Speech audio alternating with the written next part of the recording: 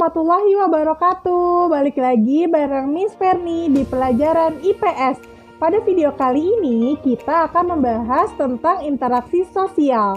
Untuk penjelasan lebih rinci, yuk simak video ini. Tapi sebelum kalian simak, jangan lupa like, komen, dan subscribe. Interaksi sosial. Sebelum kita masuk ke materi interaksi sosial, kita harus tahu dulu bahwa kita itu adalah makhluk sosial. Makhluk sosial itu apa ya maksudnya? Makhluk sosial yaitu manusia yang akan selalu membutuhkan bantuan orang lain. Jadi kita sebagai manusia tidak mungkin hidup di dunia seorang diri, pasti butuh bantuan orang lain. Pengertian interaksi sosial. Interaksi sosial merupakan hubungan-hubungan sosial yang dinamis, menyangkut hubungan antar perorangan, antar perkelompok, dan antara orang perorangan dengan kelompok. Untuk terjadi interaksi sosial, ada syarat-syaratnya. Yang pertama, harus ada kontak sosial. Secara bahasa, kontak sosial berarti bersama-sama menyentuh. Kontak sosial dapat terbentuk apabila terdapat respon dari pihak lain. Contohnya yaitu saling berjabat tangan, saling melempar senyum, saling bertatap muka, dan saling mengobrol. Kontak sosial memiliki beberapa bentuk. Yang pertama yaitu berdasarkan caranya atau proses berlangsungnya. Yang kedua berdasarkan bentuk atau dampaknya. Berdasarkan cara atau proses berlangsungnya dibagi menjadi dua, yaitu kontak sosial langsung atau primer dan kontak sosial tidak langsung atau sekunder. Kontak sosial langsung yaitu pihak komunikator menyampaikan secara langsung kepada pihak komunikan. Contohnya bertatap muka atau berjabat tangan. Sedangkan kontak sosial tidak langsung atau sekunder yaitu komunikator menyampaikan pesan kepada pihak komunikan melalui perantara pihak ketiga atau melalui media massa. Contohnya berbicara melalui telepon, chattingan, atau melalui sosial media. Sedangkan berdasarkan bentuk atau dampaknya dibagi menjadi dua. Yang pertama kontak sosial positif, yang kedua kontak sosial negatif. Kontak sosial positif yaitu hubungan sosial antara komunikator dengan komunikan mengarah kepada kesepakatan kerjasama. Jadi dampaknya itu positif yaitu kerjasama. Sedangkan kontak sosial negatif yaitu hubungan sosial antara komunikator dengan komunikan mengarah pada pertentangan atau perselisihan. Syarat interaksi yang kedua yaitu komunikasi. Komunikasi adalah aksi antara dua pihak atau lebih yang melakukan hubungan dalam bentuk saling memberi pesan yang disampaikan setiap pihak.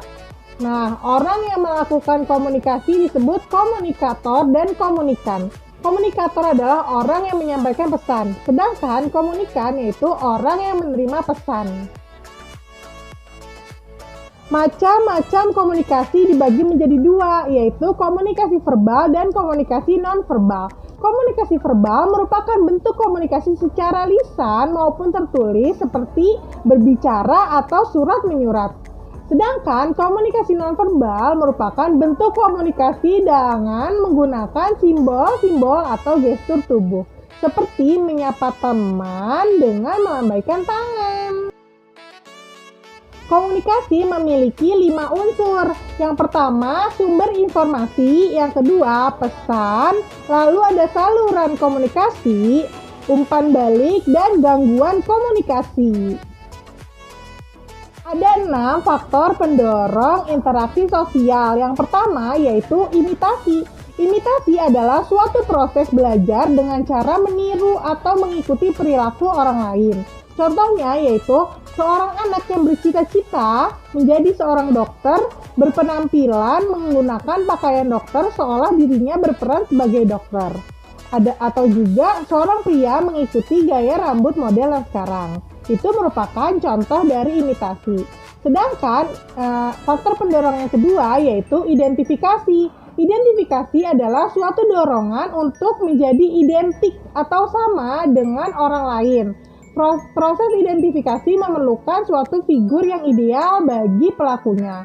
Contohnya yaitu seorang pria asal Indonesia yang bernama Adam Jackson secara keseluruhan menyerupai sosok sang idola, yaitu Michael Jackson, dari mulai penampilan fisik sampai dengan perilakunya. Nah, faktor pendorong yang ketiga ada sugesti. Sugesti adalah suatu pendapat, pandangan, dan sikap yang diberikan pada orang lain dan diterima oleh pihak lain sehingga orang tersebut mengikuti pandangan atau pengaruh tersebut. Contohnya yaitu terpengaruh oleh tayangan televisi atau media sosial sehingga membuat penontonnya melakukan suatu tindakan berdasarkan tayangan yang ditampilkan. Nah, yang keempat yaitu simpati. Simpati merupakan rasa tertarik pada orang lain yang seolah-olah berada dalam keadaan orang lain yang dapat memunculkan perasaan emosional tertentu, bisa senang ataupun sedih. Contohnya yaitu Roni merasa kasihan ketika mengetahui temannya yang sedang sakit.